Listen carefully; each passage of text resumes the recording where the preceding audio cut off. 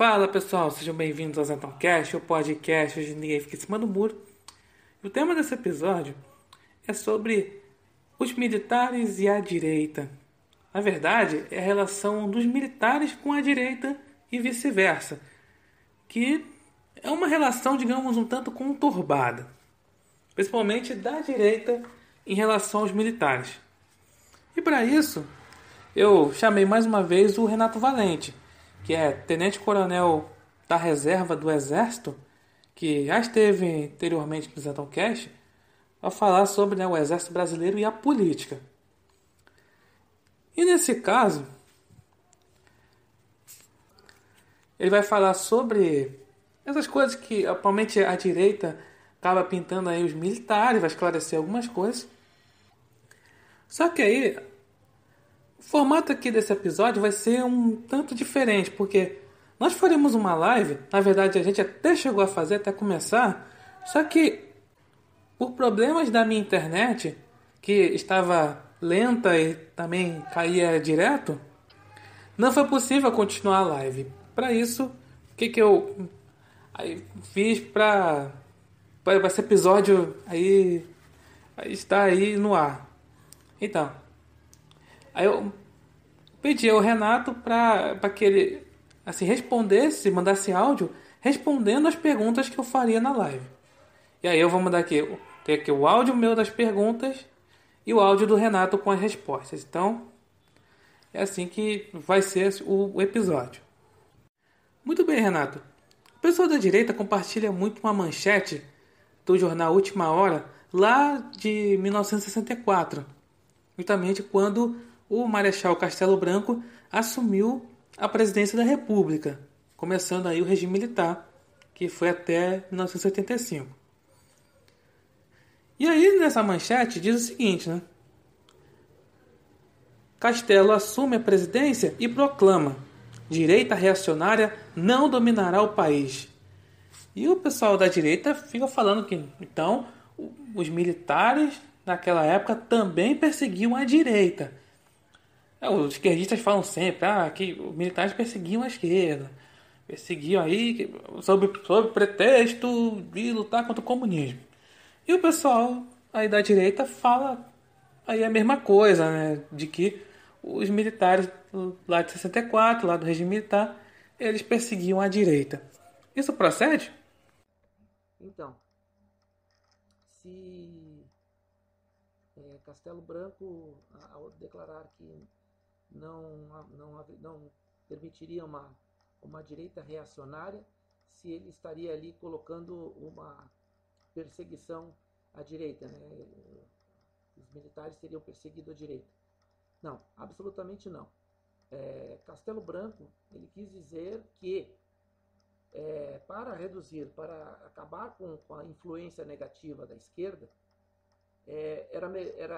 a linha dele era seguir as reformas, mudar o país, promover o crescimento, fazer reformas que pudessem jogar o país para frente e não permitir que houvesse uma reação da direita, uma reação nos mesmos moldes do que a esquerda vinha fazendo.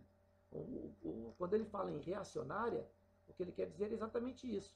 Não é uma direita que vá fazer uma reação na mesma proporção que a esquerda.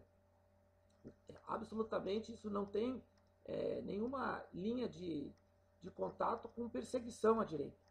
Não é absolutamente nesse sentido. O que ele queria, sim, era uma direita participante, uma direita atuante, que pudesse participar do processo de reformas. Ele queria reformar o país.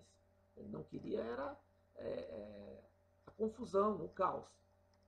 Castelo era da linha de estabilização, manter o país unido e estável tanto quanto possível e evitar uma reação que pudesse pôr em risco a própria população. Ocorre que essa teoria da perseguição à direita, ela tem sido vendida pelos olavistas. Olavo de Carvalho mesmo disse que os militares ceifaram as cabeças pensantes da direita Isso é uma inverdade. Vamos dar o exemplo de Carlos Lacerda, que é um dos mais icônicos representantes da direita daquela época. Carlos Lacerda, ele, na verdade, o que ele tinha era objetivos políticos. Ele avocava para si, para os seus, a responsabilidade pela queda de João Goulart e pela mudança do país, pela mudança de direcionamento do país. E, obviamente, o que ele queria? Ele queria o comando da nação. Ele não queria simplesmente ser um partícipe inexpressivo ou secundário. Ele queria ser um líder, o líder da nação.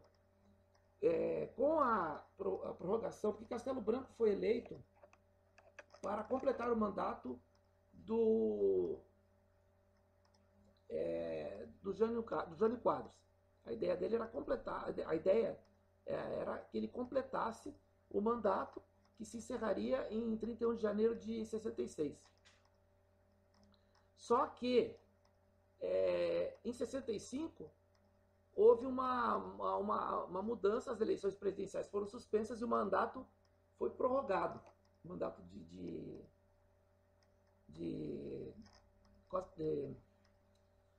Castelo Branco foi prorrogado e isso gerou descontentamento nessas lideranças, digamos, direitistas.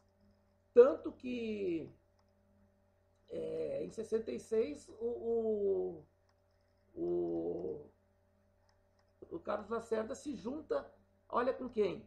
Se junta com Juscelino Kubitschek e com João Goulart. Ou seja, estava se juntando aos inimigos que foram, de certa forma, controlados com o movimento que culminou com a queda de João Goulart. Ou seja, ele estava se juntando aos inimigos. Então, realmente, ele se juntando com os inimigos, Carlos Lacerda passou a ser um inimigo. E como tal foi tratado pelo regime. Foi inclusive preso no regimento de cavalaria. Então não procede essa questão de perseguição. Os olavistas vendem essa ideia justamente para criar no seio da população e no seio dos seus seguidores um antagonismo às Forças Armadas.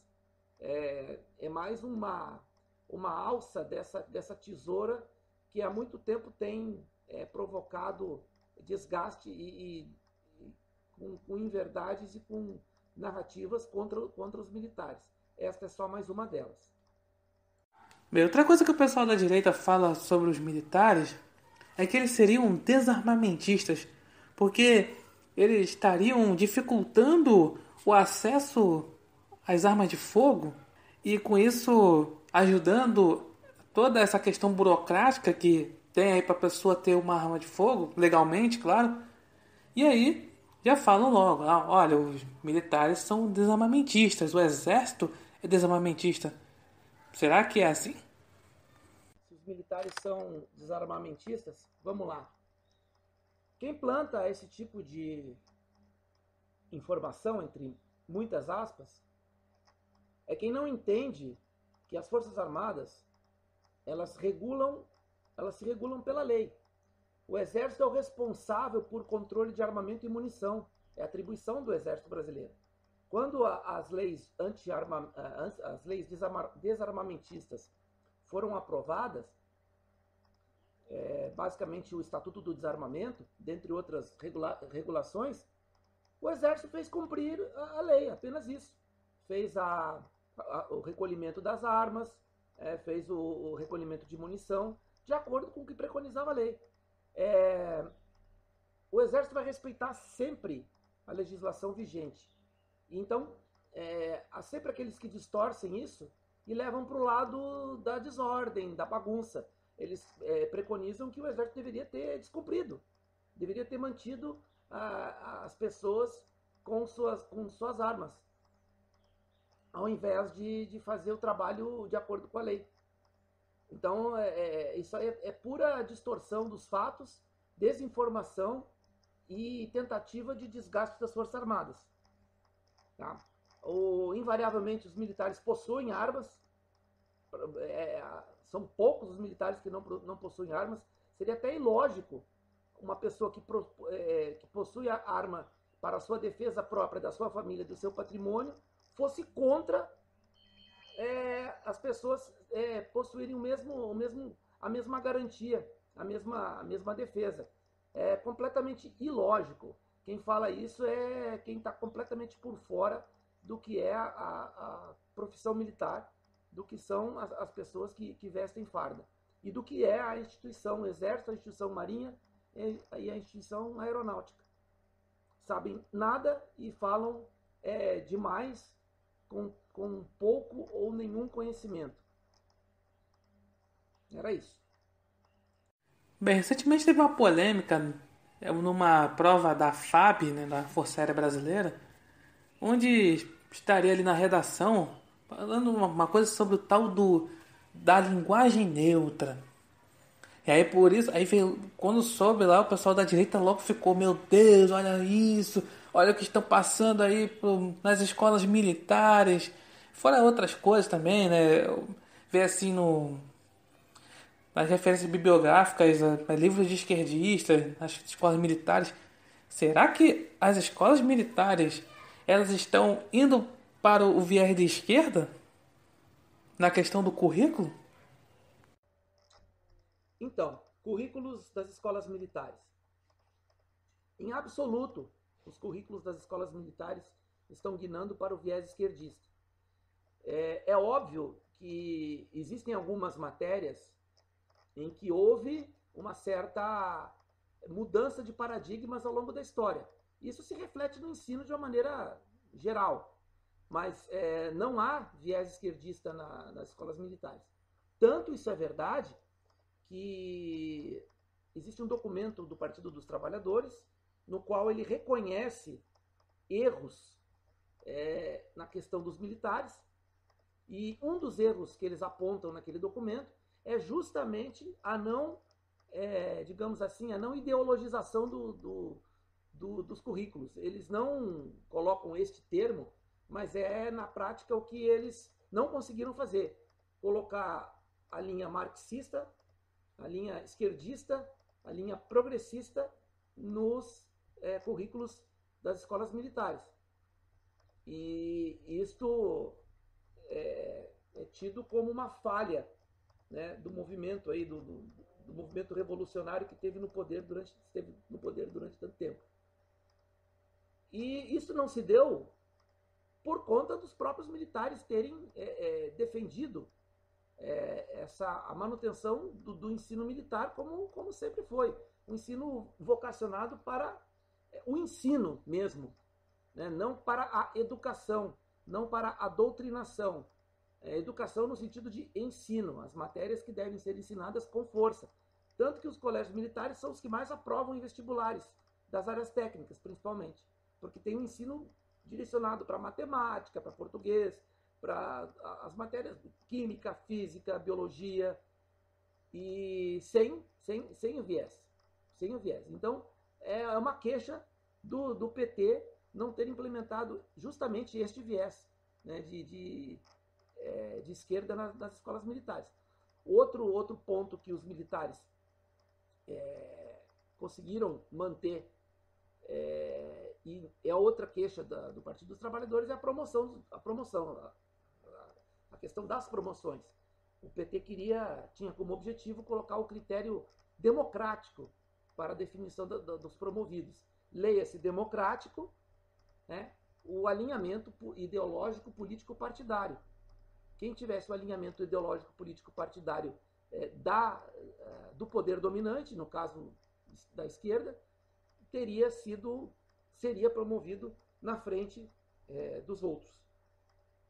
Então, se o próprio Partido dos Trabalhadores reconhece como um grande erro não ter implementado o ensino de viés esquerdista nas escolas, a resposta fica bastante clara.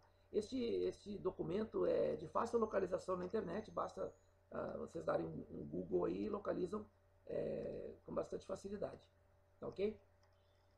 Bem, muita gente da direita também reclama sobre a relação de militares, principalmente os militares que estão no governo Bolsonaro, com Aldo Rebelo, que foi ministro aí do Lula, da Dilma, e que ele foi aí, ali no governo Dilma, foi ministro da Defesa.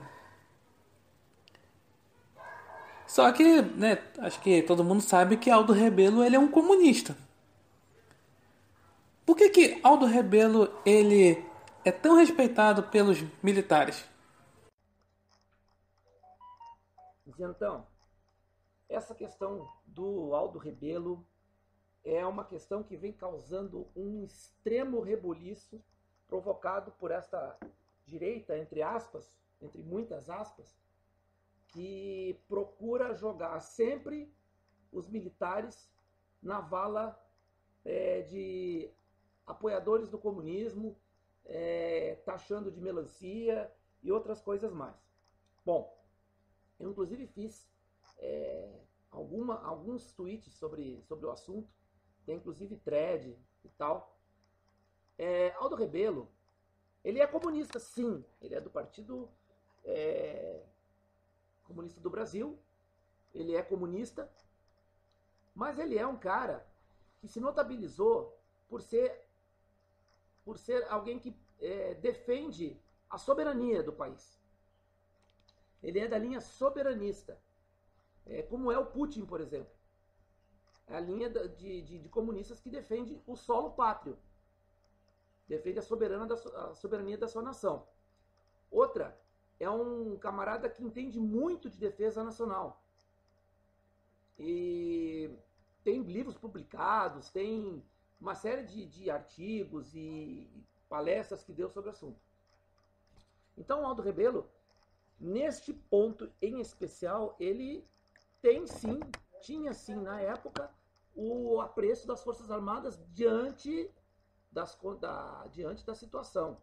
Nós estávamos com um governo de esquerda, nós estávamos com um governo comunista, um governo de esquerda radical, e o único expoente deste espectro político que tinha uma visão semelhante aos militares neste ponto específico da soberania, inclusive da questão da Amazônia. Ele conhece profundamente a Amazônia. Eu já vi algumas intervenções deles. Ele é visceralmente contra dilapidar o patrimônio da Amazônia. Ele mostra muito como funcionam as ONGs que invadem o território amazônico de forma solerte, silenciosa, para extrair informações, para extrair, inclusive, passar localização de fontes minerais, fontes de minério, fontes de riquezas do subsolo, e fazer também a aculturação dos índios. Então ele conhece muito bem esse panorama. Era o único esquerdista que tinha essa característica. E ele sempre foi, diante das circunstâncias, diante do cenário que nós tínhamos de um governo radical de esquerda, os militares sempre tiveram a proposta de tentar colocá-lo como ministro da Defesa, justamente porque seria um cara aliado nessas questões de proteção do território nacional. Repito, diante da situação vigente naquele momento, de um governo de esquerda, de um governo legitimamente, talvez nem tanto, né, se nós formos partir para a questão de fraude eleitoral, mas não é o ponto, vamos considerar a legalidade da eleição, de um governo legitimamente eleito, de esquerda, e que as Forças Armadas obedecem à Constituição. Então ele era um cara que tinha essa predileção, digamos assim, diante daquele quadro. Ocorre que, depois de muito tempo, no governo Dilma, quando o governo Dilma começou a fazer água, a então presidente do Brasil chamou o Aldo Rebelo para ser um ministro, numa tentativa de acalmar os militares e colocar, enfim, alguém que mesmo naquele governo pudesse ter uma ação mais voltada para a nossa soberania e para a nossa defesa. Mas durou muito pouco. Ele foi no final de 2015, acho que em outubro de 2015 ele foi nomeado e saiu junto com a Dilma em maio de 2016. E neste momento, lógico, ele teve interação com alguns militares a foto, o problema é que o pessoal pega aquela foto do ministro Ramos com o Aldo Rebelo e criou todo um cenário em cima daquilo, taxando os militares de melancia, de que puxa o saco do Aldo Rebelo, aquela coisa toda. Mas a predileção, entre aspas, por Aldo Rebelo é fundamentada nas características dele como um esquerdista de viés soberanista. Tá? Então, foi por esta é a única razão. E ali formou-se uma relação entre alguns generais, absolutamente normal, dentro de um contexto de não criação de confusão. Eles acabaram tendo uma certa interação e não vejo problema nenhum nisso. Acontece que isso é tirado de contexto e colocado com o único intuito, mais uma vez, de desgastar as Forças Armadas, de torná-las amigas de comunista, de torná-las perseguidoras da direita, de torná-las inimigas dos conservadores, o que é uma rotunda inverdade. Além dessa questão do Aldo Rebelo, o pessoal da direita critica aí os militares que estão no governo Bolsonaro na relação deles com a China. Que a gente sabe muito bem, a China, o governo comunista há mais de 70 anos. E aí essa aproximação da China, o pessoal já fica logo. E caramba, então aí tem aí general que ele prefere estar do lado da China. Então, como é que é essa relação aí dos militares com a China? Será que eles são aí entregues à China? Essa questão dos militares entregues à China, ela chega a ser risível, porque se coloca com base em alguns eventos de participação de militares em cursos, não treinamentos, em cursos na China, militares colocados em missão de observador na China, um militar que foi agraciado, inclusive, com a colocação, obteve uma boa colocação em curso feito na China. Para quem não sabe, esta prática de integração com exércitos mundo afora, ela é de longa data. E, queiramos ou não, no Concerto das Nações, hoje, no momento atual, a China é considerada um país amigo. Amigo no sentido diplomático. E o intercâmbio militar, ele é interessante, ele é importante. O Brasil participa de operações de paz pela ONU. Então, toda e qualquer possibilidade de troca de informações, até para conhecimento mesmo. Quem garante que os militares que foram fazer curso na China não foram lá também como uma ponta de observação de como funciona o exército chinês, de como funciona o sistema militar chinês, até como prescrutação de inteligência. Então, na verdade, o viés negativo é sempre o destacado, mas ninguém para pensar que nós também podemos estar buscando informações. Ninguém tem essa ideia, ninguém levanta essa ideia. Sempre o lado negativo das coisas. Então, esse intercâmbio, essa integração entre exércitos, entre forças armadas, é extremamente corriqueira, normal, assim como o Brasil envia militares para eventos na China, envia para os Estados Unidos. Inclusive, nós tivemos uma operação bastante integrada com os Estados Unidos recentemente, e isso eles não falam, eles só se fala na questão da China. Então é como se o Brasil devesse romper uma ligação com um país simplesmente porque ele é comunista. E não é assim que as coisas funcionam. No mundo globalizado e na geopolítica, não se pode simplesmente romper uma relação assim. Mas eles advogam esse comportamento e levantam essas questões para, mais uma vez, é mais uma técnica da estratégia de desgaste, de depreciação, de desvalorização das Forças Armadas. Como eu sempre digo, não passaram perto de um quartel, não sabem como funciona, como funciona um exército, e ficam pregando essa linha de desmoralização. Porque é método. Então, assim como o Brasil, inclusive, manda pessoal para fazer cursos e estágios em países da América Latina, na Bolívia, que é um país comunista, na Colômbia, que já foi um país comunista, que agora está com um governo de pretensa direita, e assim vai. As relações geopolíticas militares, elas ultrapassam a questão ideológica. O problema é que se coloca a questão ideológica como ponto central, de forma proposital, para esse objetivo de desgaste. É simples assim. Então, não se preocupem com isso. Realmente há este intercâmbio. Não são muitos militares. Foram alguns militares que foram realizar curso da escola de comando, um curso específico. Não é doutrinação ideológica. Muito antes, pelo contrário. Uma coisa que se fala bastante, aí nas redes sociais principalmente, também na imprensa, é a questão do artigo 142 da Constituição Federal, que fala justamente sobre a questão das Forças Armadas. E aí, muita gente fala, somente aí da direita, fala muito que esse artigo é o artigo da intervenção militar.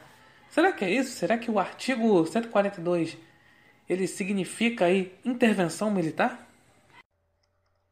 Ok, tratamos agora do famoso artigo 142 da nossa Constituição Federal. O que vem a ser o artigo 142? O 142, ele define a missão constitucional das Forças Armadas: defesa da pátria, dos poderes constitucionais e, por iniciativa deles, de qualquer um deles, da lei e da ordem. Só que as pessoas se apegam muito no artigo 142, colocando ele como uma janela aberta para qualquer tipo de uso, principalmente o uso da força numa situação como nós vivemos neste momento. O presidente teria autonomia, pelo artigo 42, de promover uma intervenção militar. Sim, o 142, da forma como ele é colocado por muitos, seria sim uma intervenção militar. Há quem disfarce esta abordagem de intervenção, desviando do tema e colocando como um poder moderador. Poder moderador não existe na República. Simplesmente o poder moderador não existe. Nós temos 3 poderes. E as Forças Armadas não têm atribuição de moderação entre os 3 poderes. O que acontece, e eu vou explicar de uma forma bastante simples, é o seguinte: hoje nós temos invasões de poder. Sim, nós temos invasões de poder. Nós temos invasões de um poder sobre outros 2, basicamente. Isto configura um certo desequilíbrio institucional, claro que sim. Mas esse desequilíbrio, ele é plenamente resolvível entre os poderes como primeira abordagem, como está se tentando fazer neste momento. É uma reunião que seria realizada, inclusive, entre os 3 poderes, entre os chefes dos 3 poderes, e que não ocorreu devido a esse lamentável problema de saúde do nosso presidente, mas que certamente ocorrerá em data oportuna. Não é momento, não é situação que enseje uma intervenção de força armada para atuação em outro poder. O executivo funciona. O poder executivo funciona. Houve alguns problemas em relação a atribuições do presidente e o mais grave com relação à pandemia. Mas houve, naquele momento do ano passado, próximo da saída do Moro, também uma crise. que já naquele momento se preconizava o uso da força para a correção. Que, aliás, já no bojo desses inquéritos do STF, que são sim eivados de inconstitucionalidade ou ilegalidade, que houvesse que isso fosse justificável para uma intervenção. Não é. Não é. O executivo, ele é mais tolhido em relação aos demais poderes pela própria Constituição Federal. A Constituição Federal brasileira, ela é uma Constituição basicamente parlamentarista, onde o presidente do Congresso e o presidente do Congresso, que é o presidente do Senado, e o presidente da Câmara têm um poder maior do que o presidente da República, assim como o judiciário. E fica muito simples e muito fácil sair por aí dizendo, não, usa 142, 142 resolve, o presidente precisa usar a força, o presidente precisa se manifestar e usar as Forças Armadas. E não é assim, porque na verdade tem outra injunção nesses comentários todos e nessas proposições que revelam um grande desconhecimento da legislação. O 142, ele dá a missão básica das Forças Armadas, mas a regulação se dá através da Lei Complementar 97 e do Decreto 3894, que trata especificamente da Lei da Ordem, da uso em GLO, que seria a última parte específica do artigo 142. Existe um decreto que define exatamente a situação de garantia da lei da ordem. E a Lei Complementar 97, ela define a organização, o preparo e o emprego das Forças Armadas. E na questão do emprego, o artigo 15 é muito claro. Mesmo que haja a iniciativa de outros poderes, a responsabilidade pelo emprego das Forças Armadas em defesa da pátria, garantia dos poderes constitucionais, da lei e da ordem e missões de paz é do presidente da República. O ônus do emprego das Forças Armadas sempre caberá ao presidente da República. O ônus e o bônus, mas neste caso, as proposições que se fazem em termos de intervenção e de uso do artigo 142 vão inexoravelmente bater na mão do presidente. É ele quem assina o decreto, que assina o dispositivo legal de emprego das Forças Armadas. E é isso que propositalmente não se fala. Ninguém fala da Lei Complementar 97, muito menos do Decreto 3894. Eles simplesmente não citam. O decreto é de 2001 e a Lei Complementar é de 97. Só se fala do artigo 142. O 142, o próprio presidente já disse que ele resume o 142 em garantia da lei e da ordem. Tá? O que hoje, por exemplo, o executivo funciona, gente. O executivo está funcionando. Os ministérios estão trabalhando, as entregas do governo estão sendo feitas. Não há uma ameaça grave ao desempenho do executivo. E o presidente, há que se registrar que o presidente ele está entre a cruz e a espada. Ele está entre a cruz e a espada. Qual o objetivo da esquerda? O objetivo da esquerda é a intervenção militar. E a direita, chamada conservadora, faz de tudo. Faz das tripas coração para ampliar essa pressão junto ao presidente para o uso das Forças Armadas. O que aconteceria com o uso das Forças Armadas? Um caos instalado no país. A narrativa de que Bolsonaro é um ditador, a narrativa de que o Bolsonaro é um déspota autoritário, que usou a força para prender, para intervir nos poderes. É tudo o que a esquerda quer para jogar isso em nível internacional e gerar o caos no país. inclusive com pedido de intervenção estrangeira. Agora me perguntem, agora me respondam, qual o respaldo que o presidente Bolsonaro teria em tomar uma atitude dessa?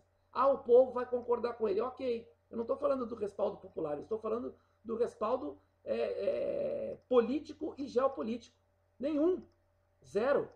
E as consequências desse ato? Algum analista, youtuber, apontou para vocês o que acontece depois do uso das Forças Armadas? Eu nunca vi. Eu nunca vi.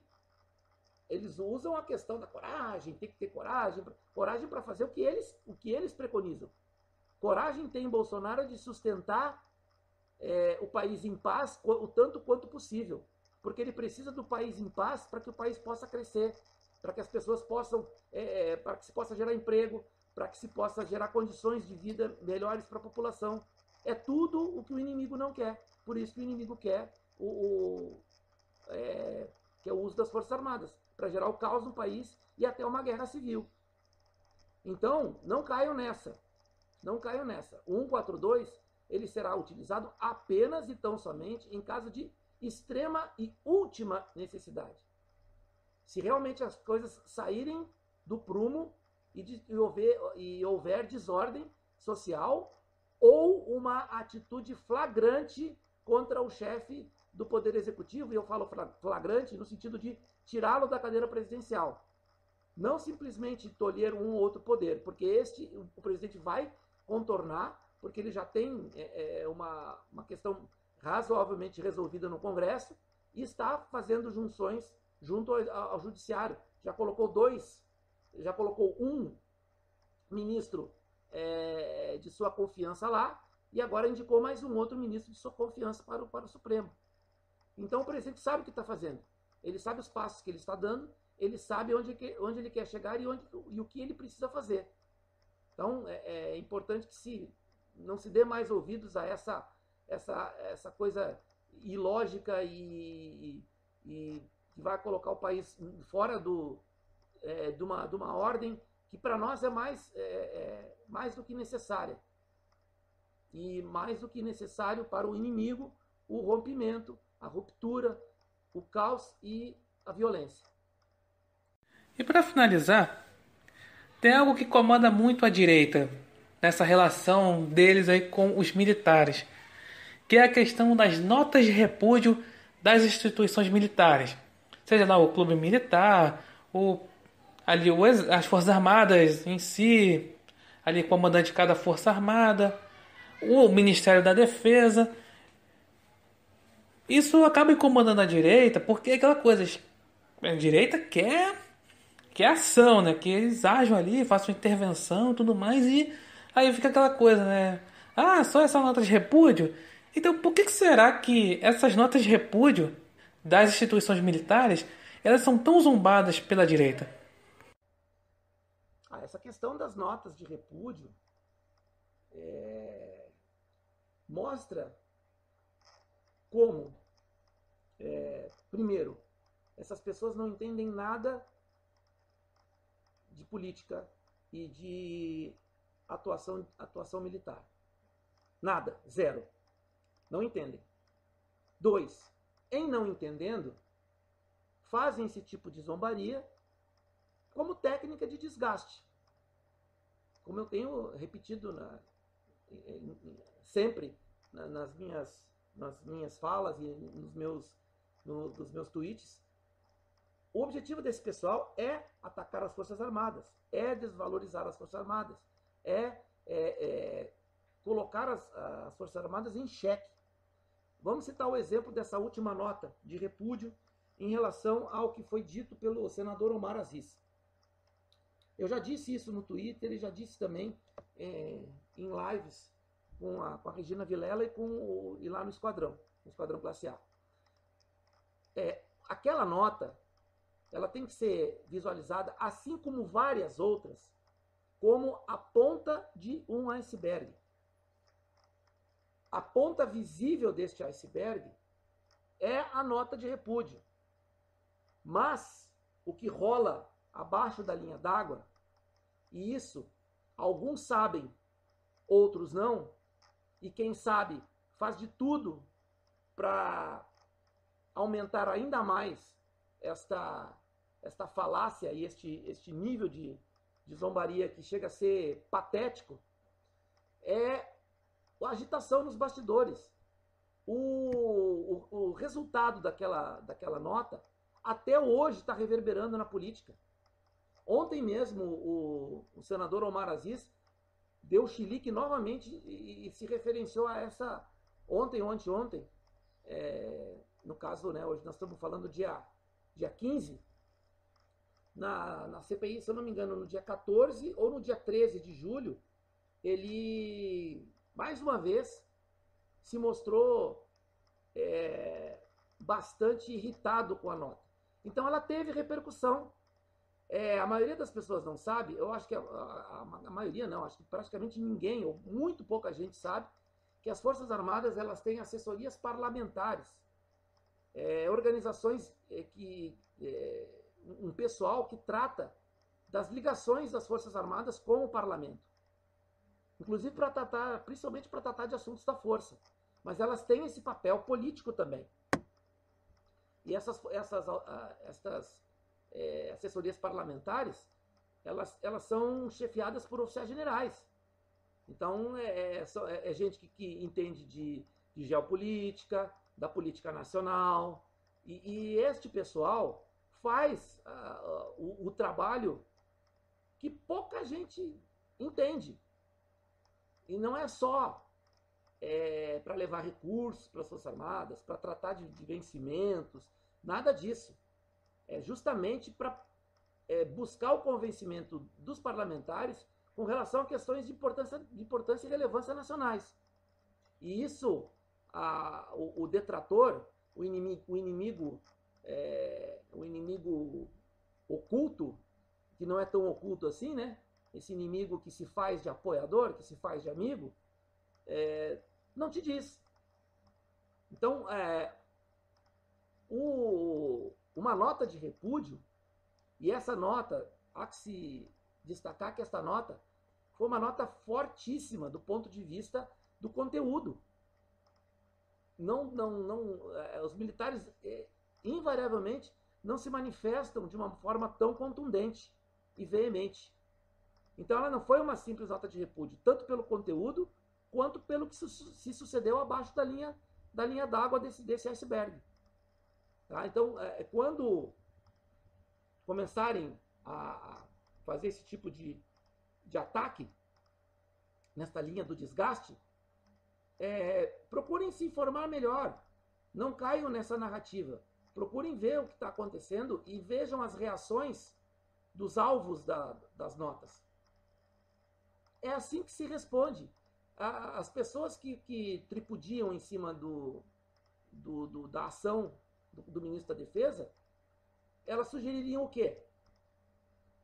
Que o Omar Aziz fosse preso? Agora imaginem um contingente militar adentrando ao Congresso Nacional com a missão de prender um senador da República. Só imaginem. Lógico, como eu fiz numa thread lá no Twitter, é sedutor, não é? Quem não gostaria de ver um inimigo da nação destes preso? Só que ele tem imunidade parlamentar por atos e palavras. Então, começa por aí, seria a primeira arbitrariedade. Agora imaginem esta arbitrariedade sendo transmitida ao vivo por uma rede de televisão,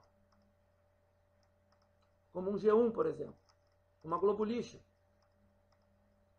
Imaginem a repercussão disso na esfera, não na esfera interna somente, mas na esfera mundial.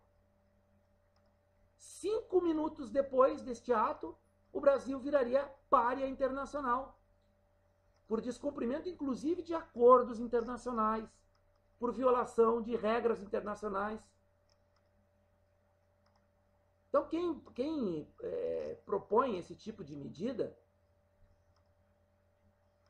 sabe muito bem o que está fazendo. Ele está agindo, como eu disse numa outra questão, a questão do 142, ele está agindo justamente no sentido de provocar uma reação das Forças Armadas que deixem o país em situação caótica. e como um par internacional. Este é o objetivo. Então, observem bem, quando falarem de uma nota de repúdio, quem ainda está reticente, que está um pouco meio inseguro, meio sem ter uma noção melhor das coisas, procure observar e procure ver os comportamentos de quem entende do assunto. Pessoas que falam de geopolítica, existem bons canais no YouTube que falam de geopolítica, como o canal Arte da Guerra, por exemplo, do comandante Robinson Farinazzo. O canal do professor Belei tem informações interessantes ali também. Então tem que pesquisar. Cair no conto da direita conservadora, entre milhares de aspas, é fácil. O discurso deles é o discurso fácil. O discurso de tudo é possível apenas com um estalar de dedos.